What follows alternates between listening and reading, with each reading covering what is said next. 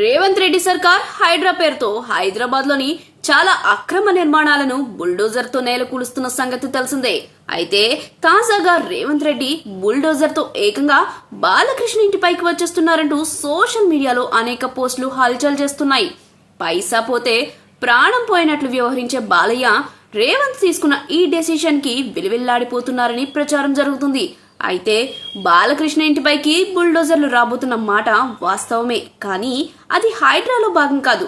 అసలు సంగతి ఏంటంటే రోడ్ వైడనింగ్ లో భాగంగా బాలకృష్ణ తన ప్రాపర్టీలో కొంత ప్రభుత్వానికి కోల్పోనున్నారు.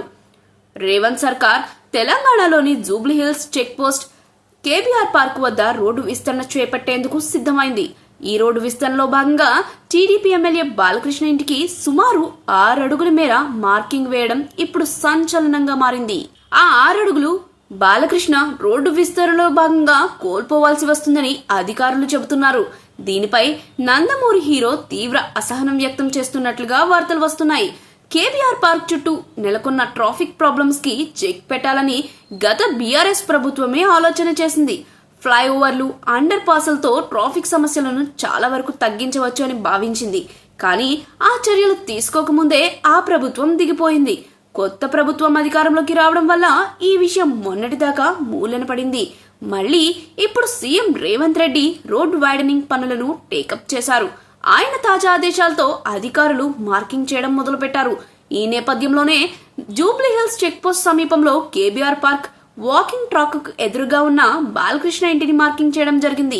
బసవతారకం క్యాన్సర్ హాస్పిటల్ నుంచి Jubilee hills road number 45 KBR park వరకు ప్రధాన గేటు కూడలిలో 7 ఐరన్ బ్రిడ్జిలు, 6 అండర్ పాస్లను నిర్మించాలనేది తెలంగాణ ప్రభుత్వ ప్లాన్.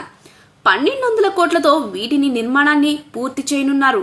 కాగా బాలకృష్ణ ఇల్లు రోడ్డు నెంబర్ 45, 92 కూడలి మార్గంలోనే ఉండటం వల్ల ఆయన రెండు వైపులా తన స్థలాన్ని ఇచ్చుకోవాల్సిన పరిస్థితి ఏర్పడింది. అయితే ఆ స్థలానికి తగిన నష్టపరిహారం ఇస్తారని రేవంత్ చెబుతున్నట్లు తెలుస్తుంది. అందుకు బాలకృష్ణ అంగీకరిస్తారా లేదా అనేది తెలియాల్సి ఉంది.